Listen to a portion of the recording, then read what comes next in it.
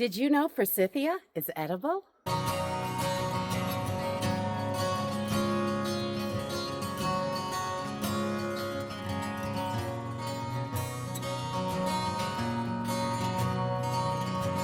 Hey everyone, welcome to Homestead Corner. I'm Jenny, and today I wanted to talk a little bit about Forsythia. A lot of people buy it for an ornamental plant. They're pretty invasive. They just keep growing and growing. And the star of the show in the spring, definitely these beautiful yellow blooms. They come out before the leaves and they are completely edible, which is wonderful. They do have a little bit of a bitter taste when you eat them on their own, but they are wonderful to add to salads and things like that. They've got lots of nutrients in them, but we love these. I like to dry them for teas, and I also like to make syrup, which is what I'm going to do today. So let's jump in and start harvesting some of these Forsythia flowers. I just love foraging for Forsythia because it has a wonderful antibacterial, antiviral, and anti-inflammatory properties. So it's useful for all sorts of stuff. And it has been used in the past for bronchitis, asthma, fever, sore throat, heart disease, and so much more. It has so many uses for it. And you can just dry out the flowers and use them in teas and things like that. Make tincture if that's what you like. Or I really like to make a syrup with it so I can add it to my teas as a sweetener, which is what we're going to do today. You can see a happy little hornet in there just hanging out. Watch out for those. They'll get you.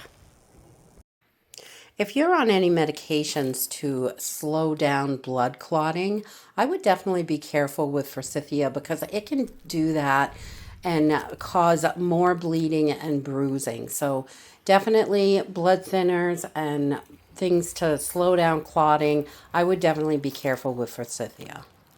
So we've harvested about 4.5 cups of flowers. So they're all stuck all over my hands because it's been raining for days.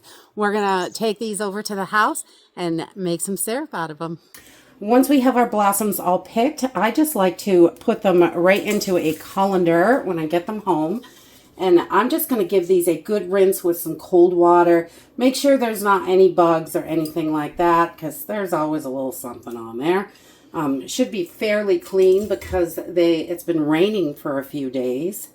So we're just going to give this just a light spray, kind of move them around and make sure anything on there will get off.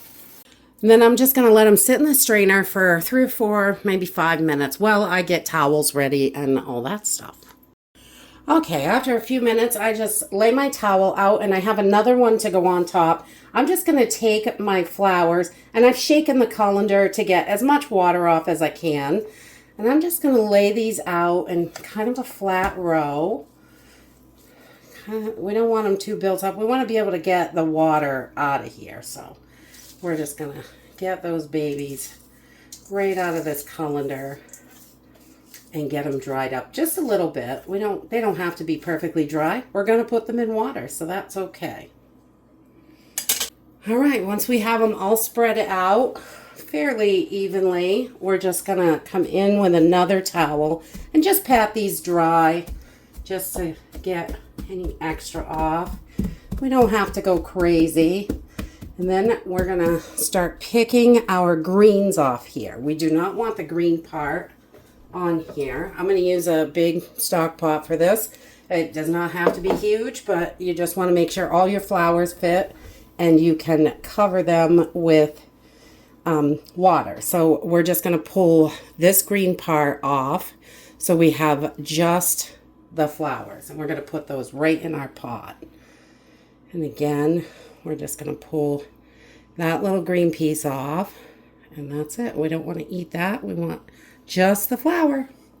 So we're going to just keep doing that until we have all of these into our pot. This is a pretty long, tedious process, but you know, this is delicious. I love this syrup for my teas, and it is just so good for you. This has so many benefits to it. I love Forsythia, and it is so beautiful and wonderful. It's medicinal, edible. Oh, It's just great. Okay, so once you have your petals all separated from the green parts, if I was going to dehydrate these, I would do that now. Throw the petals right into the dehydrator and just dry these up on low is how I do it, the lowest setting, because they're very delicate and they don't take all that long, 4 hours or so. But we are going to be making syrup today, so I'm going to cover this over with some water and get it on the stove. To make our syrup, I have just covered our flowers with water, just fresh filtered water, nothing fancy. And we're going to bring this up to a boil. Once we get this to a good rolling boil, I'm only going to let this boil for 2 to 3 minutes, not too long. I just want to get it started extracting, and then we're going to turn the heat off and let this steep for about an hour. I just let it sit and go amongst my business and do my other chores. So once this is steeped for about an hour, it's pretty close to room temperature now. I'm just going to take this and run it through a little jelly bag or nut bag or cheesecloth, t-shirt, whatever you have. I'm just going to strain all these petals out and we're going to put it right in there. I do this right into a measuring cup so I know exactly how much of the liquid I have, so I can figure out how much sugar I need. And this, once you get this part done and it's all strained, you can make jelly with this. You can do all kinds of stuff with this. You could drink it as a tea. You can, all sorts of things. But today I'm making syrup because I really love this for my teas and things like that. You can use it as your sweetener, which is what I do. And it also just adds in all those great medicinal properties while you're drinking your tea. You're still getting that goodness. So after straining my flowers, I've just rinsed out my pot so we can just keep using the same one. We just boiled the flowers in there.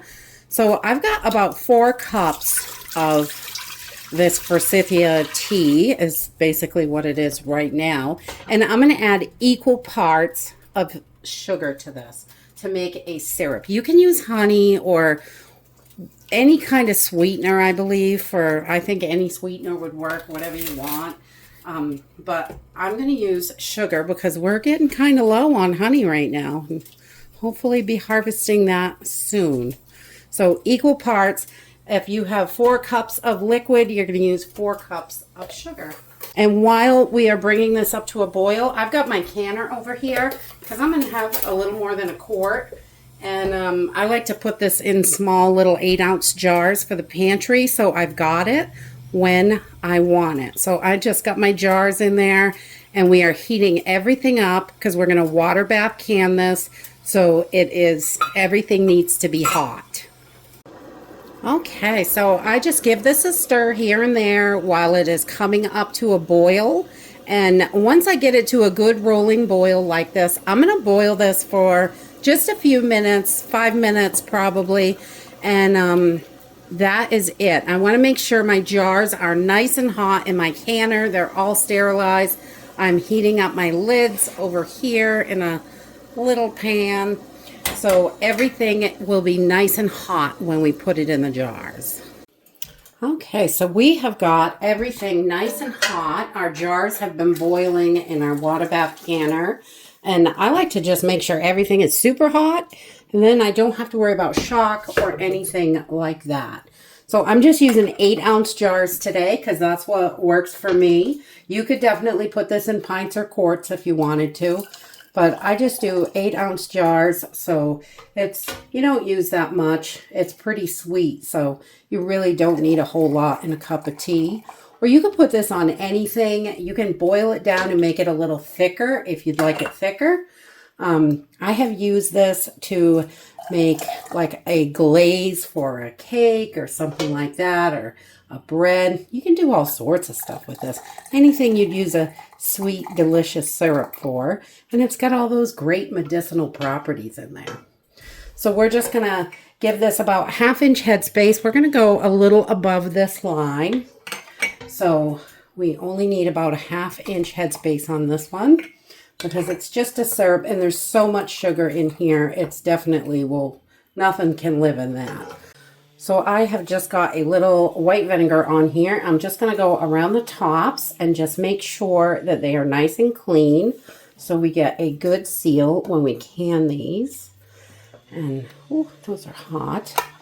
And we just want to get those lids right on there. And then we're going to add our rings. And I just do 2 or 3 jars at a time because I want to make sure everything stays hot.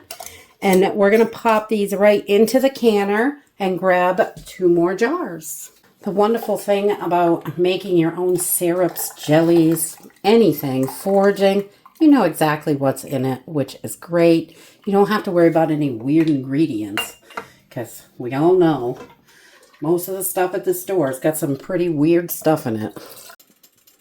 Okay, so we have all our jars filled. They are in the water bath canner and they are covered by about 1 inch of water. I'm just going to bring this up to a rolling boil. Once this is boiling, I'm going to time this for 10 minutes. And that's it for Forsythia syrup. We're going to let this sit on the counter overnight. Tomorrow we will take the rings off, label them, wash them up, get them into the pantry, and it's ready to go. There are tons of different uses for Forsythia. You can use it in a bunch of different ways. So get out there and forage for some Forsythia flowers and get those into your pantry and apothecary. And that's it for today. I hope you enjoyed this video and I hope to see you next time. Bye.